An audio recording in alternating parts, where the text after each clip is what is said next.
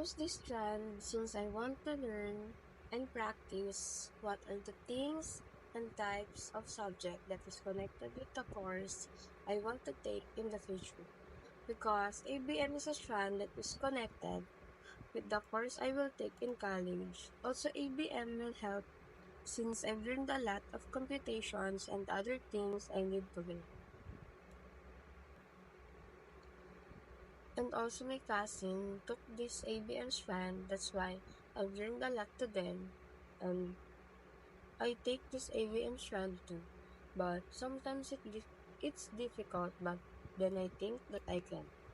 Thanks to my friends and cousin by helping me out even they felt difficult too. Now, I am graduating student this May 31, 2024 in Unida Christian Colleges. Thanks to my teachers that helped me become this kind of person I thought I would be. And thanks for all the help and learning. That's why I pursue this ABM strand since there are teachers who are willing to teach and help.